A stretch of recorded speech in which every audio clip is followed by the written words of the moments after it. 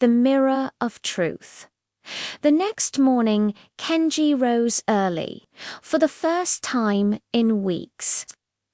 He walked away from the shelter without waiting for Aiko or Haru.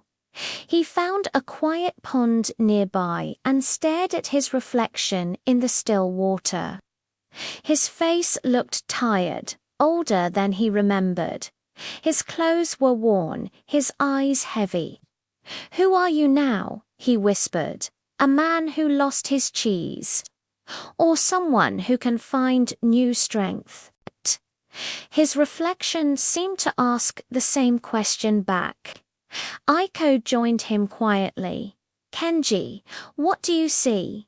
Kenji hesitated. "I see someone afraid. Someone waiting for the world to save him." Aiko smiled softly. "And what do you want to see?" Kenji took a deep breath. "A man who doesn't give up. A man who can change." That day, Kenji worked harder than before. He carried supplies, cleaned stalls, even helped a farmer plant vegetables. Each task felt unfamiliar, but instead of complaining, he reminded himself, "This is new cheese. This is growth." At night, Haru observed him silently before speaking. "You're learning. You're finally facing yourself. That's harder than facing the world." Kenji nodded. "I don't want to be the man who waits by a closed door anymore."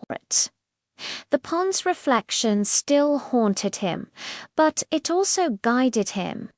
He knew the only way to change the face he saw was to change the steps he took. The first step: find work. Kenji searched for days, his confidence wavering with each rejection. But he persisted, knocking on doors, asking questions, enduring snickers. Finally, an old woman in a bakery offered him a chance. "You can start by cleaning ovens. It's hard, thankless work, but essential. If you do well, we'll talk about more." Kenji nodded eagerly, relieved to have a place to start. At first, the tasks seemed endless. The ovens demanded constant attention, the dough needed constant kneading, and the flour created clouds of dust that filled his lungs and coated his skin. His hands, not used to such labor, quickly became raw and sore. But Kenji persevered. He found rhythm in the routine, satisfaction in the tangible results. By the end of each day, his muscles ached, but his spirits soared. Each day brought new challenges: customers with demanding orders, ovens that broke down, unexpected visitors. Kenji tackled everything, learning quickly, adapting fast. He might have been slow at first, but his willingness to learn and his sheer determination impressed the old woman. She began giving him more responsibilities, more challenges. The second step: earn trust. Kenji took every opportunity to observe, to listen, to learn. He soaked up information like a sponge, asking questions when he didn't understand, offering help when he could. His eagerness to learn, his patience in understanding, his persistence in trying, these became his hallmarks. Slowly, grudgingly, the other workers began accepting him. They shared their tricks, their tips, their stories. The baker, initially aloof, started offering advice, then praise. Kenji savored these moments, realizing they were the currency of trust, the key to true acceptance. One evening, a regular customer, a man known for his sharp tongue and even sharper eyes, approached Kenji. "You moved well today," he said, nodding approvingly. "Like water, you adapt and overcome." Kenji blushed, surprised by the praise. "I try," he managed. The man grunted in acknowledgement, then strode away. Kenji watched him go, his heart pounding. That night, as Kenji recounted the day's events to Haru and Aiko, a smile touched his lips. "I think I made a friend," he said, his eyes shining. Aiko squeezed his hand, her smile mirroring his. "Friendships built on respect and hard work," she said, "are the strongest bonds, Kenji." Haru, ever stoic, nodded in agreement.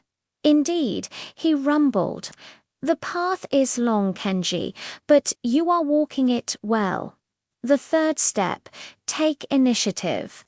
Kenji, emboldened by his progress, decided to take a small risk. He noticed that the bakery often ran out of a particular bread, a specialty of the town. By mid-afternoon, people would come in, disappointed, and leave empty-handed. One day, Kenji approached the baker. "Could I try making that bread tomorrow? I think I can make enough so we never run out." The baker eyed him, surprised by the request. After a moment, he grunted in assent. "If it's ready by noon, you can put it out front. If it's not, you clean all the ovens for a week." Kenji, though nervous, felt a thrill of excitement. He liked the challenge. He spent the next day experimenting with recipes, testing techniques, pushing himself to learn as much as possible.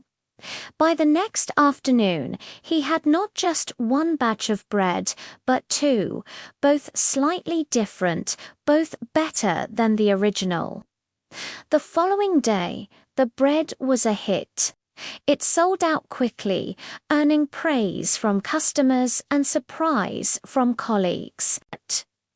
The baker, though still taciturn, did not stop Kenji from adding more items to his repertoire. Soon, Kenji was not just an employee, he was an innovator, someone who added value, someone who contributed. His reputation grew beyond the bakery walls.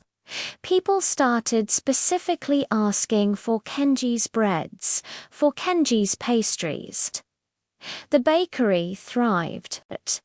Now, people sometimes ask, how did Kenji transform from a discouraged refugee into a respected baker?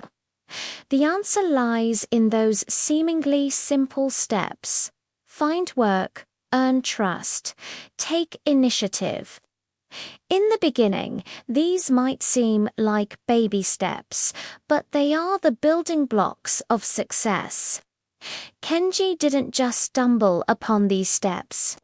He discovered them through observation, introspection, and guidance.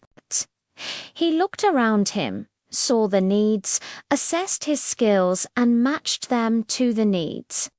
He understood the power of a good name and the value of trust. So he worked tirelessly to build both, and when he felt ready, he ventured out of his comfort zone, taking calculated risks. Each step opened up new opportunities, new challenges, and with each one, Kenji grew. His story isn't just about baking.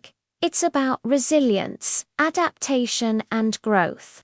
It's a testament to the power of small, consistent steps and the magic that happens when you combine hard work with a dash of courage.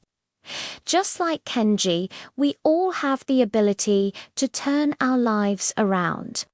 We all have the capacity to grow and adapt, and sometimes all it takes is a single step, a small leap of faith to start the journey.